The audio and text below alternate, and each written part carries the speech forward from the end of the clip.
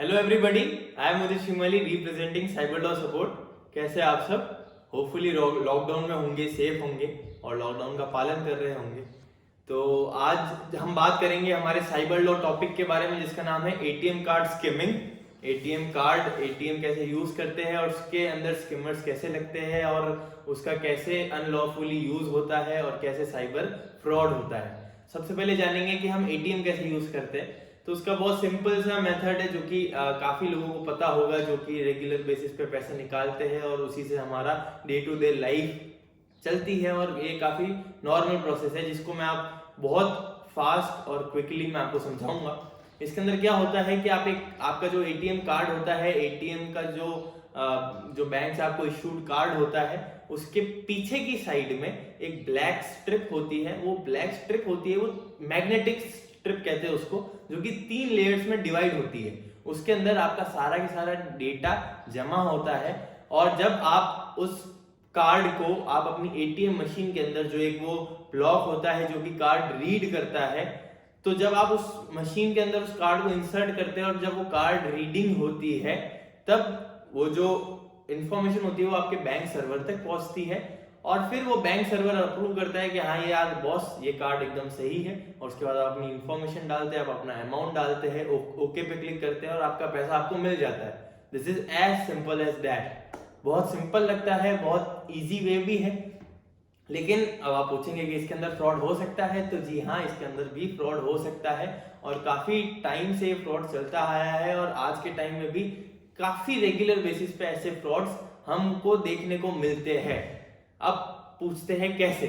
तो इस जो टर्म है उसको नाम दिया गया है ATM card skimming, ATM machine skimming या एटीएम कार्ड स्किमिंग।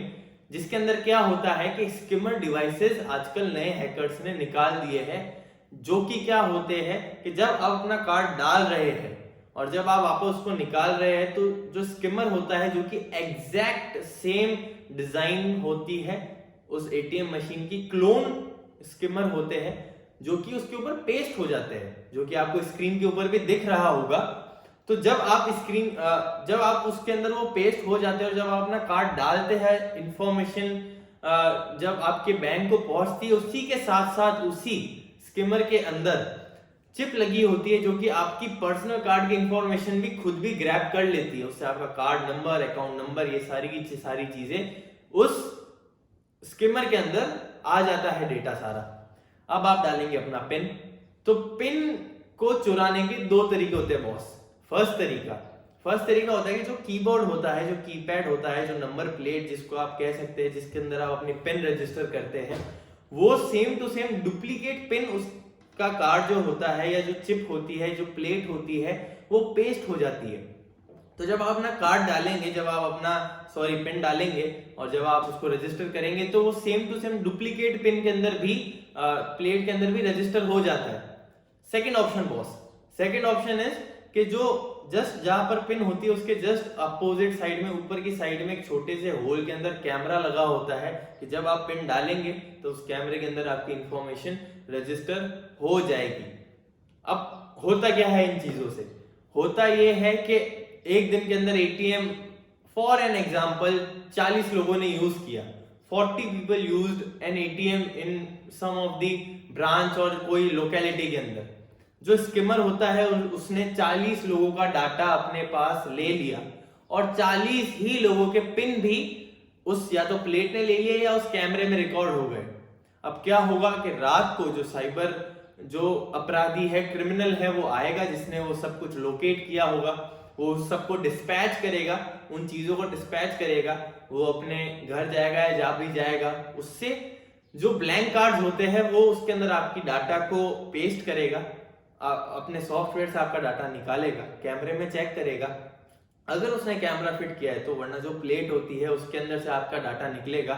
हो सकता है वो अगले दिन ही, हो सकता है कुछ हफ्तों बाद, हो सकता है कुछ महीनों बाद, हो सकता है आपके ही क्षेत्र के अंदर, आपके एरिया के अंदर, या हो सकता है कि काफी दूर विदेश के अंदर भी आपका वो कार्ड आपको कुछ दिनों बाद यूज होता हुआ दिखेगा और आपको लगेगा कार्ड मेरे पास है, पिन मेरे पास है, कार्ड मेरा यूज कैसे हो रहा है, लेकिन वो जो स्किमर होता है वो सारी इंफॉर्मेशन ग्रैब हो जाता है। और बहुत ही आजकल आसान तरीका है कि जो इंफॉर्मेशन है वो सेम टू सेम एक ब्लैंक कार्ड के अंदर ट्रांसफर करना।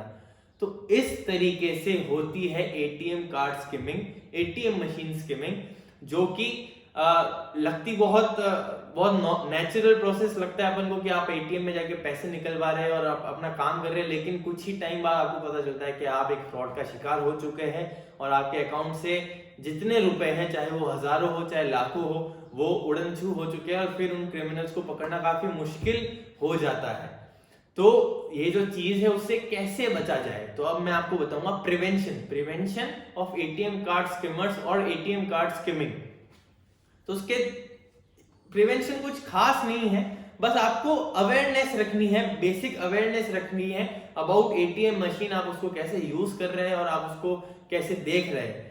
तो उसका सबसे पहला प्रोसेस है कि जब आप जिस उसमें बॉक्स में जब कार्ड स्कैन करने के लिए डालते हैं, तो आप एक बार आप अपनी नजर से चेक कर सकते हैं कि उसके ऊपर कुछ चिपका हुआ तो नहीं। आप उसको एक बार पकड़ के हल्का सा शेक करके देख सकते हैं कि उसके अंदर कुछ डुप्लीकेसी या डिवाइस तो फिट नहीं है।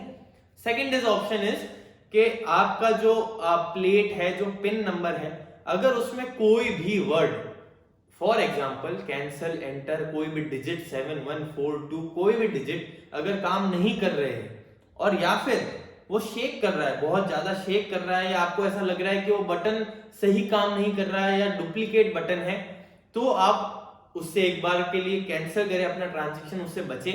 और थर्ड ऑप्शन इज, ये तो आपके लिए काफी एक अवेयरनेस ऑप्शन है जो कि आपको डे टू डे लाइफ में हमेशा यूज करना चाहिए, चाहे आपके पास में आपके बैंक के एटीएम के अंदर कोई आपके साथ खड़ा हो चाहे ना हो।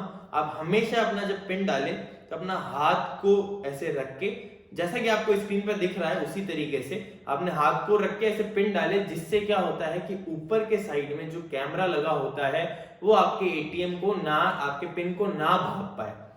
जब आप एटीएम यूज करते हैं तो उसके अंदर पिन भी जरूरी होता है और कार्ड डिटेल्स भी जरूरी होती है। तो अगर आपकी कार्ड डिटेल्स ही किसी साइबर क्रिमिनल के पास है और आपका पिन नहीं है, तो वो आपका कुछ भी नहीं कर सकता। और अगर आपका पिन है और अगर कार्ड डिटेल्स ही नहीं है तो भी वो आपका कुछ नहीं कर सकता।